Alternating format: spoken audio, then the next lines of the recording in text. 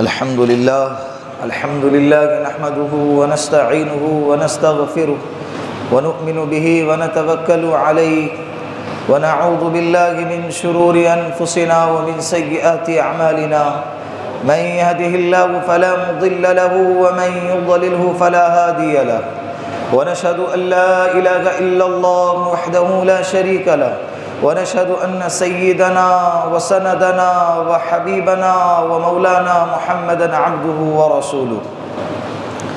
أما بعد فقد قال الله تبارك وتعالى في القرآن المجيد والفرقان الحميد: فأعوذ بالله من الشيطان الرجيم بسم الله الرحمن الرحيم. يا أيها الذين آمنوا لا تتخذوا اليهود والنصارى أولياء بعضهم أولياء بعض ومن يتولهم منكم فإنه منهم إن الله لا يهدي القوم الظالمين. وقال النبي صلى الله عليه وسلم: من تشبه بقوم فهو منه.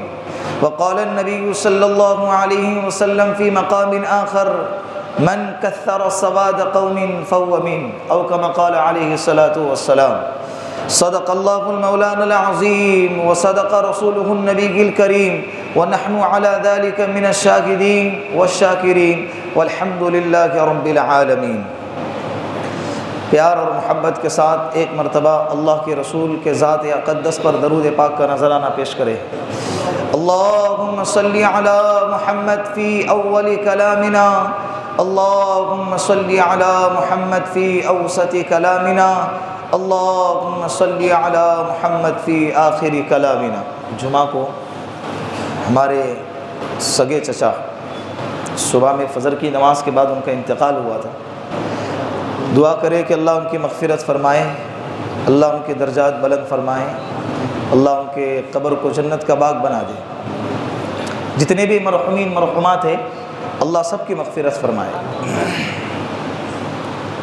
اس لیے گزشتہ جمعہ کو یہاں نہیں تھا. اللہ رب العزت نے اتنا خوبصورت مذہب ہم کو دیا ہے کہ جب بندہ زندہ ہے تب بھی اس کی تکریم اور تعظیم ضروری، جب مر جاتا ہے تو اس کی تعظیم میں اور اضافہ ہوتا ہے.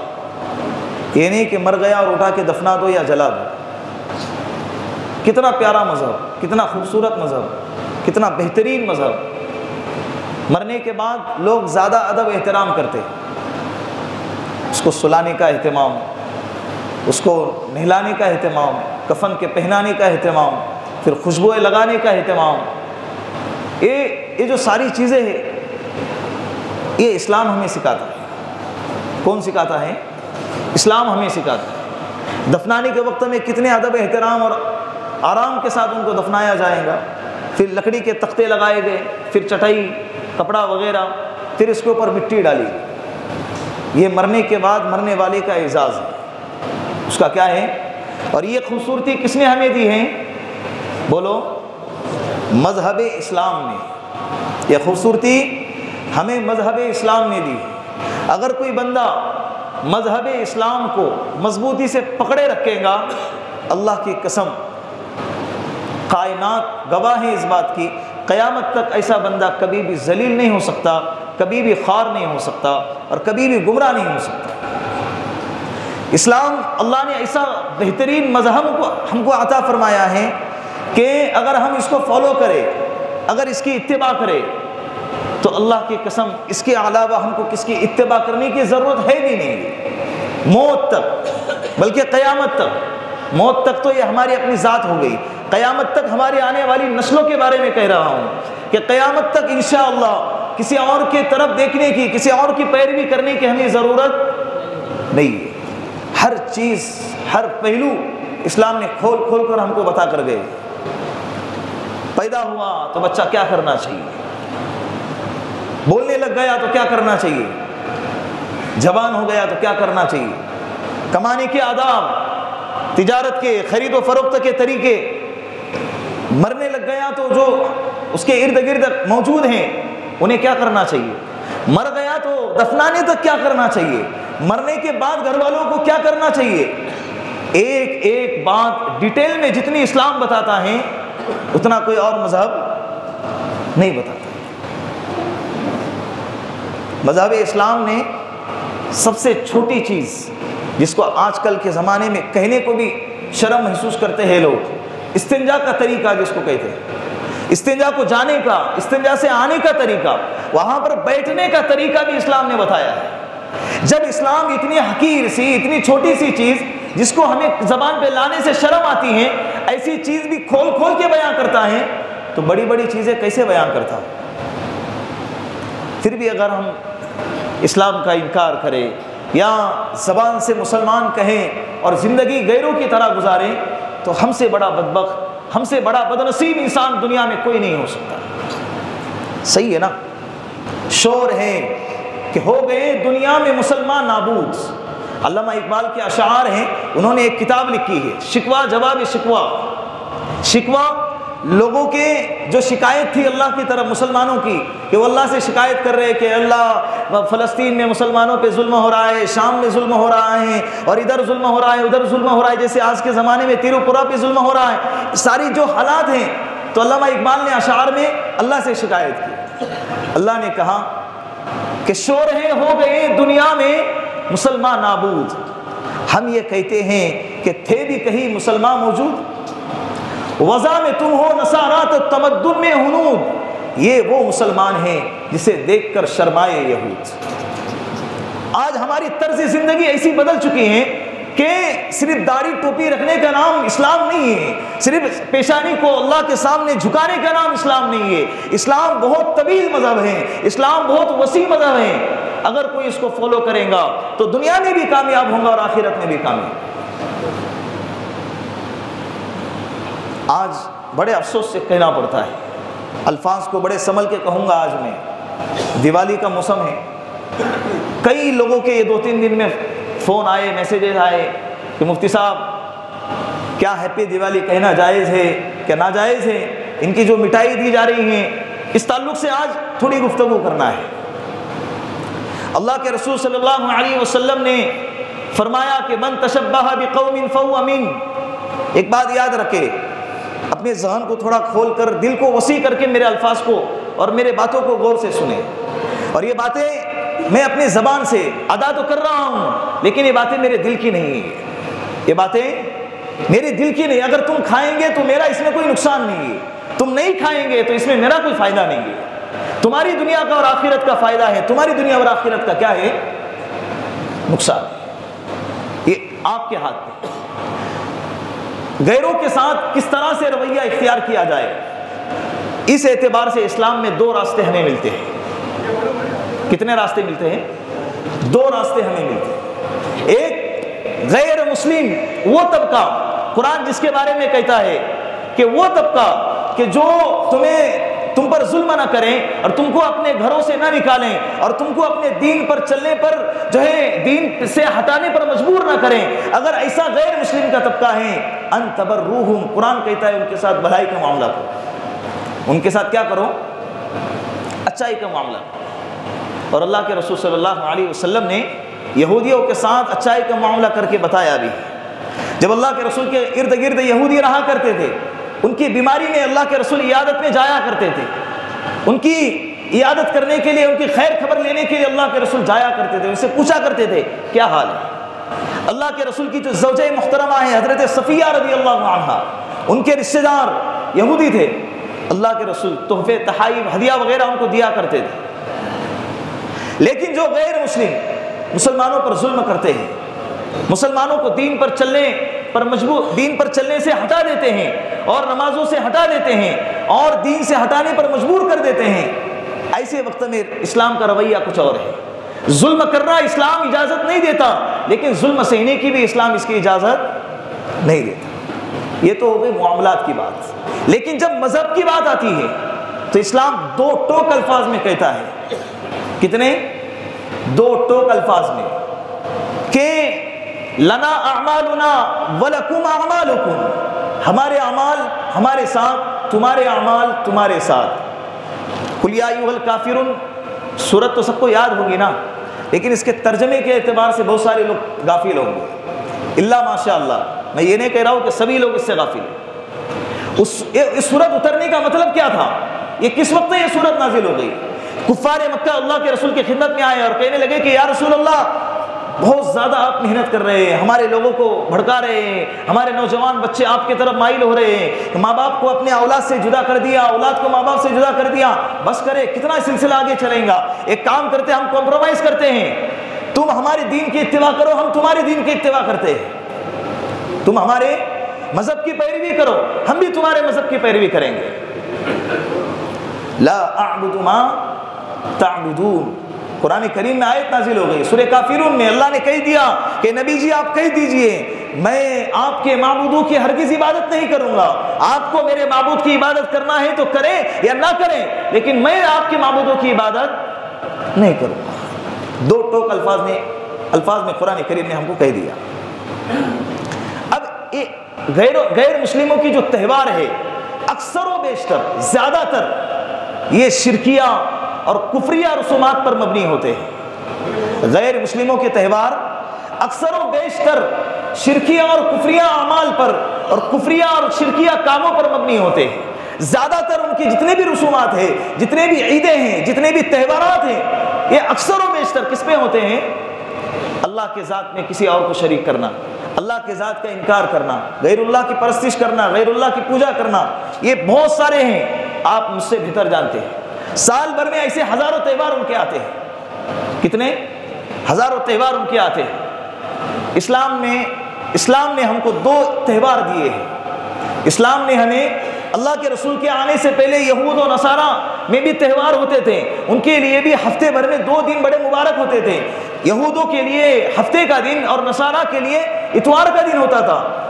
تو اسلام نے آنے کے بعد اللہ کے رسول اگر چاہتے ہیں تو اللہ کے رسول کہہ دیتے ہیں کہ اے مسلمانوں تمہارے لیے جمعہ کا دن ہے، دن اگر تہوار کا دن منانے کا دن ہوتا، لیکن اللہ کے رسول نے کہہ دیا کہ تمہارے لیے پورے سال بھر میں 2 عیدیں ہیں، یہ 2 دن منانے کے نہیں ہے۔ اللہ کے رسول نے ہٹ کے عیدیں منائی ہے۔ حضرت انس رضی اللہ عنہ فرماتے ہیں کہ جب ہم مدینے میں آئے تو مدینے میں آنے کے بعد عرب کے زمانے میں اہل عرب ایک عید مناتے تھے، جب ہم وہ منانے لگے تو اللہ کے رسول نے اس عید کے منانے سے منع فرمایا اور کہا کہ تمہارے لیے 2 عیدیں اسلام نے متعین فرمائی۔ اگر اللہ کے رسول یہ کہہ دیتے کہ اگر اللہ کے رسول چاہتے تو یہ بھی کہہ سکتے تھے کہ ٹھیک ہے وہ بھی مناؤ اور یہ بھی مناؤ، لیکن اللہ کے رسول نے اس عید کو منانے سے منع کیا اور کہہ دیا کہ تمہیں اگر عید منانے کی اجازت ہے تو سال بھر میں یہ 2 عیدیں منانے کی اجازت ہے، اس کے علاوہ نہیں۔ اب وہ ایک لمبا موضوع ہے، عید میلاد النبی جو منائی جاتی ہے، جمعہ کا دن عید ہے یا نہیں، وہ ایک الگ موضوع ہے۔ لیکن غیر مسلموں کے تہوار اکثر و بیشتر مشرکانہ اعمال پر مبنی ہوتے ہیں، اس سے ہمیں پرہیز کرنا کیا ہے؟ ضروری ہے۔ اب دوسری بات، ہیپی دیوالی کہنا جائز ہے یا ناجائز؟ بعض لوگ اس میں 2 باتیں پوچھتے ہیں کہ ایک کو تو میں نے میسج کیا کہ بھائی یہ کیا کر رہا ہے، سارے اسٹیٹس اس کے ہیپی دیوالی سے بھرے ہوئے، گانے لگے ہوئے ہیں، اس کے اوپر فوٹو لگے ہوئے ہیں۔ میں نے اس کو میسج کیا تو سامنے سے کیا جواب آیا پتہ ہے؟ کل رات یہی بیٹھ کے کر رہا تھا میں، میرے کانٹیکٹ میں جتنے نمبرات تھے اس میں سے 70% مسلمانوں کے، تو میرے تو اس میں سارے مسلمانوں کے ہی ہے، 70% نمبرات میں اسٹیٹس پہ کیا رکھا ہوا ہے؟ ہیپی دیوالی۔ کیا رکھا ہوا ہے؟ ہیپی دیوالی۔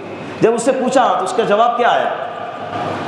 ہم بھاؤتاؤ تو نہیں کر سکتے نا، بھید بھاؤ تو نہیں کر سکتے، سوری کیا نہیں کر سکتے؟ بھید بھاؤ تو نہیں کر سکتے نا، تو بھید بھاؤ کے چکر میں ہم کیا کریں گے؟ اپنی ایمان کا سودا کریں گے، بھید بھاؤ کے چکر میں شریعت کو پامال کریں گے۔ وہ بھی تو ہمیں رمضان عید کہتے ہیں، غیر مسلم ہم کو رمضان کے دن عید مبارک کہتے ہیں، تو ان کے مذہب میں یہ کہنا جائز ہے، لیکن ہمارے مذہب میں غیر مسلموں کے تہوار کی مبارکباد دینا جائز نہیں۔ شریعت نے ہمیں حدود میں کیا کیا ہے؟ باندھ رکھا ہے، ہم آزاد نہیں ہیں، شریعت نے ہم کو دائرے میں باندھ رکھا ہے۔ ان کے مذہب میں جائز ہے تو وہ کر رہا ہے، ہمیں ہمارے مذہب میں جائز نہیں ہے تو ہم نہیں کریں گے۔ بات سمجھ میں آ رہی؟ اب دوسرے نے ایک جواب بتا رہا ہوں میں، دوسرا جواب، ہم زبان سے تو کہہ رہے ہیں نا، دل میں ہمارے ایسا کچھ نہیں ہے، ہمارے دل میں ان کے تعلق سے کوئی ایسی اچائی نہیں ہے، ہم صرف سامنے والوں کو خوش کرنے کے لیے زبان سے ادا کر رہے۔ ایک بات یاد رکھیں، اسلام یہ ظاہر کا مکلف ہے۔ اسلام کا تعلق کس سے ہے؟ ظاہر سے ہیں، باطن سے نہیں۔ ہم تو باطن جانتے نہیں، باطن تو اللہ جانتا ہے۔ باطن کون جانتا ہے؟ وہ تو اللہ رب العزت جانتے ہیں۔ اللہ کے رسول صلی اللہ علیہ وسلم سے حضرت جبرائیل نے پوچھا تھا اخبرنی عن الاسلام، اللہ کے رسول ہمیں بتائیے کہ اسلام کسے کہتے ہیں؟ اللہ کے رسول نے کیا فرمایا؟ ان تشہد ان لا الہ الا اللہ وان محمد رسول اللہ وتقیم الصلاۃ وتؤتی الزکاۃ وتصوم رمضان وتحج البیت ان استطعت الیہ سبیلا۔ زبان سے کہو کہ گواہی دو کہ اللہ کے سوا کوئی معبود نہیں اور محمد اللہ کے رسول ہے۔ نماز قائم کرو، زکات دو، روزہ رکھو، اور اگر اللہ نے استطاعت دی ہے تو حج ادا کرو۔ یہ 5 کام دیکھو، سب کا تعلق کس سے ہے؟ ظاہر سے۔ سب کا تعلق کس سے ہے؟ ظاہر سے۔ کوئی آدمی کہے کہ میں دل میں نماز پڑھ رہا ہوں، نماز ادا ہوگی۔ کوئی آدمی کہے کہ میں دل میں زکات دے رہا ہوں، زکات ادا ہوگی۔ کوئی آدمی کہے کہ میں دل میں روزہ رکھ رہا ہوں، کھا رہا ہے پی رہا ہے اور کہہ رہا ہے کہ میں روزہ نہیں رکھتا ہے، رکھا نا میں نے دل میں روزہ رکھا ہے، تو روزہ ادا ہوگا۔ کوئی آدمی حج فرض ہونے کے بعد بھی حج کو نہیں جا رہا ہے، جب اس سے کہا جاتا ہے تو کہے گا میں تو حج میں ہی ہوں، میں کہاں ہوں؟ یہاں بیٹھا ہے اور کیا کہہ رہا ہے؟ میں کہاں ہوں؟ حج میں ہوں، میرا دل پورا حج کے اندر لگا ہوا ہے۔ حج ادا ہوگا؟ حج کی فرضیت ادا ہوگی؟ نہیں ادا ہوگی۔ اسلام کا تعلق کس سے ہے؟ ظاہر سے ہیں۔ اگر کوئی انسان دل میں نہیں ہے عورت کو طلاق دے دینا، لیکن زبان سے کہہ رہا ہے جا تجھے طلاق، شریعت کہتی ہے اس عورت کو کیا ہوگی؟ طلاق واقع ہوگی۔ پھر کہتے ہو کہ میں تو ظاہر میں زبان سے کہہ رہا ہوں، میرے دل میں کچھ نہیں ہے۔ اللہ ظاہری الفاظ کو بھی دیکھتے ہیں، اور اسلام کا تعلق ظاہری الفاظ سے ہی ہے۔ اللہ کے رسول صلی اللہ علیہ وسلم کے زمانے میں اللہ کے رسول نے ایک لشکر کو تیار کیا۔ حضرت اسامہ بن زید رضی اللہ عنہ اس لشکر کے امیر بنائے گئے اور ان کو فلاں علاقے میں بھیج دیا۔ جنگ لڑتے لڑتے لڑتے حضرت اسامہ رضی اللہ عنہ ایک شخص کے سامنے آئے، تلوار اٹھائی اس کو قتل کرنے کے لیے، تو فوراً سامنے والے بندے نے کیا کیا؟ کلمہ پڑھا، اشہد ان لا الہ الا اللہ واشہد ان محمد رسول اللہ، مجھے مت مارے میں کلمہ پڑھتا ہوں۔ حضرت اسامہ نے پھر بھی ان کو کیا کر دیا؟ قتل کر دیا۔ ایک صحابی نے ان کو کہا کہ آپ نے کیوں قتل کیا؟ اس شخص نے کلمہ پڑھا تھا۔ حضرت اسامہ نے کہا کہ اس نے تلوار کو ڈر کر کلمہ پڑھا ہے، اللہ کو ڈر کے کلمہ نہیں پڑھا ہے۔ تو صحابی کہنے لگے نہیں، میں آپ کی شکایت اللہ کے رسول کے پاس جا کے کروں گا۔ جب مدینے میں آئے تو اللہ کے رسول صلی اللہ علیہ وسلم کی خدمت میں آ کر شکایت کی وہ صحابی نے، اللہ کے رسول نے حضرت اسامہ رضی اللہ عنہ کو بلوایا، بہت غصہ ہو گئے، ناراض ہو گئے، کہا کہ تم نے اسے قتل کیوں کیا؟ تو حضرت اسامہ نے کہا کہ یا رسول اللہ، اس نے جو کلمہ پڑھا ہے خوشی سے نہیں، اس نے تو تلوار کو ڈر کر تلوار کے سائے میں کلمہ پڑھا ہے۔ تو اللہ کے رسول صلی اللہ علیہ وسلم نے فرمایا کہ حلا شققت قلبہ، کیا تو نے اس کے دل کو چیر کر دیکھا کہ اس نے تلوار کو ڈر کے کلمہ پڑھا ہے یا اللہ کو ڈر کے کلمہ پڑھا ہے؟ جب ظاہر سے کہہ دیا ہے تو مان لیتے، اسے قتل نہ کرتے، مان لیتے اسے قتل نہ کرتے۔ اللہ کے رسول کے زمانے میں مدینے کے اندر منافق رہا کرتے تھے۔ کون رہتے تھے؟ منافق رہا کرتے تھے۔ وہ زبان سے کلمہ پڑھتے تھے، زبان سے اللہ کے رسول کے نبی کا اقرار کرتے تھے، نماز مسجد میں آ کے پڑھا کرتے تھے، لیکن دل میں ایمان نہیں تھا، دل میں اللہ اس کے رسول کی محبت نہیں تھی۔ لیکن اللہ کے رسول نے ان کے بھی اسلام کو اس وقت نے قبول کیا نا، انہیں مسجد سے ہکال آ رہی، انہیں مسجد سے دفع نہیں کیا ہے اللہ کے رسول نے۔ وہ مسجد میں باقاعدہ طور پر پابندی سے آتے تھے، نماز پڑھتے تھے، مسلمانوں کے ساتھ میں رہتے تھے، لیکن منافق تھے، لیکن ظاہراً کلمہ پڑھا ہے، ظاہراً نماز پڑھ رہے ہیں، تو مسلمانوں نے ان کے اس وقت کے اعمال کو کیا کیا ہے؟ ایکسیپٹ کیا ہے۔ یہ نہیں کہ گردن پہ تلوار رکھ کے تو زبان سے کہہ رہا ہے کہ دل سے کہہ رہا ہے۔ دل کا حال تو اللہ جانتا ہے، دل کا حال تو کیا کون جانتا ہے؟ اللہ جانتا ہے۔ اسی لیے ہم اپنے زبان سے بھی ایسے الفاظ استعمال نہیں کریں گے۔ کافروں کے غیروں کے تہوار پر، جیسے گڑی پاڑوا کا وقت آتا ہے، دیوالی کا موسم آتا ہے، گنیش کا جب ان کا زمانہ آتا ہے تو اس وقت میں ہم کہتے ہیں ہیپی دیوالی، ہیپی گڑی پاڑوا، اس طرح سے ان کو مبارکباد دی جاتی ہے، گویا کہ تم اس بات پر راضی ہو کہ وہ اللہ کے ساتھ کفر کر رہا ہے اور اللہ کے ساتھ غیر اللہ کو شریک کر رہا ہے، اور وہ تم کہہ رہے ہو کہ تم خوش رہو، تم بہت اچھا کام کر رہے ہو۔ تم کیا کر رہے ہو؟ تم بہت اچھا کام کر رہے ہو۔ شریعت یہ نہیں کہتی کہ تم ان کے ساتھ کیا کرو؟ تشدد کرو، بحث و مباحثہ کرو، ان کو ان کے حال پہ چھوڑ دو، وہ کر رہے کرنے دو، نہ جاؤ، تم نہ کیا کرو، ان کے ساتھ میں ان کے اعمال میں شریک نہ ہو. یہ ہمارا فرض بنتا ہے. یہ کیا بنتا ہے؟ یہ ہمارا فرض بنتا. اللہ نے بہت بہترین ہمیں مذہب عطا فرمایا ہے، بہت بہترین تعلیم ہم کو اللہ رب العزت نے اللہ کے رسول کے ذریعے عطا فرمائی ہے. اگر مسلمان جیسے مثال کے طور پر یہود و نصارہ، آج کل کے زمانے میں جتنے بھی یہود و نصارہ ہیں وہ اپنے مذہب پر پورے پابند نہیں ہیں، لیکن جب ان کے تہوار کا زمانہ آتا ہے یا نیروز کا وقت آتا ہے یا عیسائیوں کا کرسمس کا زمانہ آتا ہے تو وہ عیسائی چاہے بھلے پورے سال بھر میں اپنے عیسائی مذہب کو فالو نہ کرتا ہوں، لیکن جب کرسمس کا وقت آتا ہے تو وہ کیا کرتا ہے؟ وہ کرسمس منا کر اپنے آپ کو عیسائی ہونا ثابت کرتا ہے. تو مسلمانوں کے لیے اللہ نے عید عطا فرمائی ہے. تم اپنے حدود سے آگے مت بڑھو، تم اپنے تشخص کو ختم مت کرو. اللہ نے تمہیں ایک خصوصیت عطا فرمائی ہے، اللہ نے تمہیں ایک امتیاز دیا ہے، تو اس امتیاز کو کیا نہ کرو، گوا نہ دو. انڈیا کی ٹیم کا پلیئر پاکستان کی ٹیم میں جا کے کھیل رہا ہے، انڈیا کی ٹیم کا پلیئر یہاں سے نکل کر کیا کر رہا ہے؟ آسٹریلیا کی ٹیم میں جا کے کھیل رہا ہے. چلے گا؟ تمہیں ایک پہچان دی ہے یہاں کے ملک والوں نے، تمہیں ایک کیا کیا ہے؟ تعارف کروایا ہے کہ تم اسی ٹیم کے ساتھ کھیلو گے، اگر تم وہاں جاؤ گے تو تم غدار کہلاؤ گے.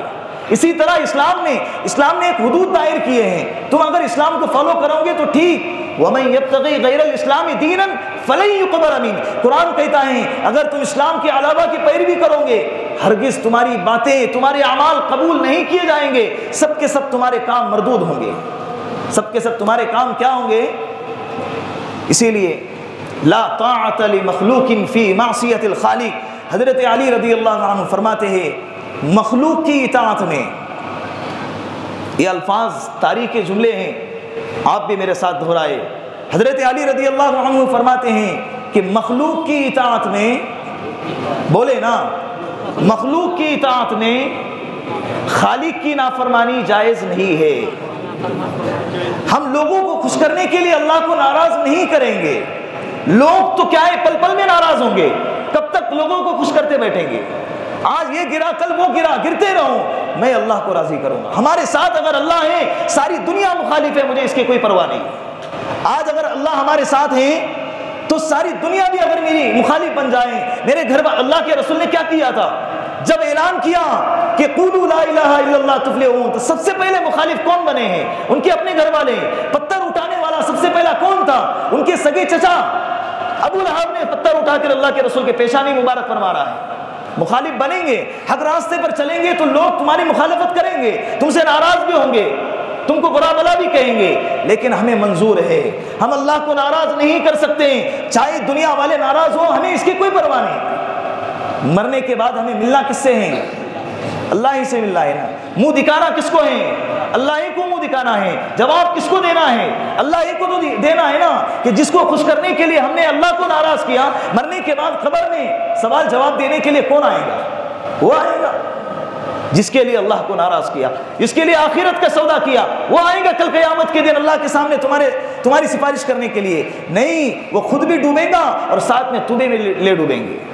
اس کے لیے لا طاعت لمخلوق فی معصیت الخالق، مخلوق کی اطاعت میں خالق کی نافرمانی جائز نہیں ہے. اب دوسرا مسئلہ، غیروں کی طرف سے بہت سارے تعلقات ہوتے ہیں. کسی کے دکان میں کام کرنے والا غیر ہوتا ہے، یا مسلمان طبقہ غیروں کی دکان میں کام کرتا ہے، یا کمپنی ہے وہاں پر جاب کرتے ہیں، تو دیوالی کے موقع پر مٹھائیاں آتی ہیں، مٹھائیاں تقسیم ہوتی ہیں. تو اس تعلق سے دو باتیں یاد رکھیں.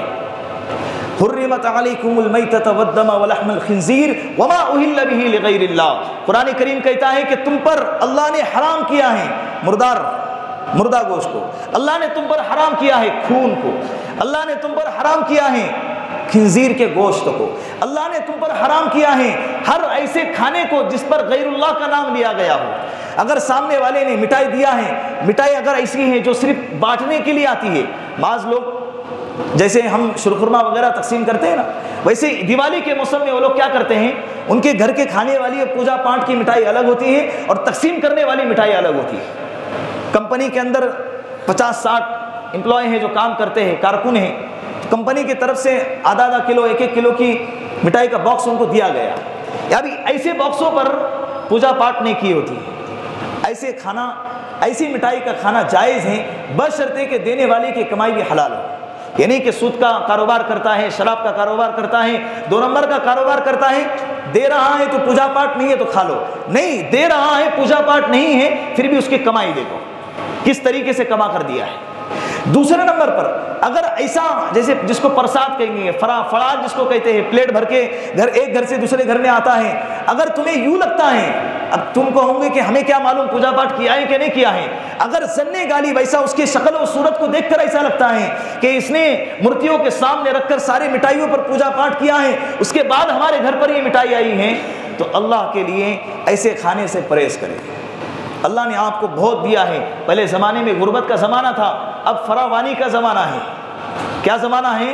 2 3 مہینوں کا راشن گھروں میں پڑا ہوتا ہے.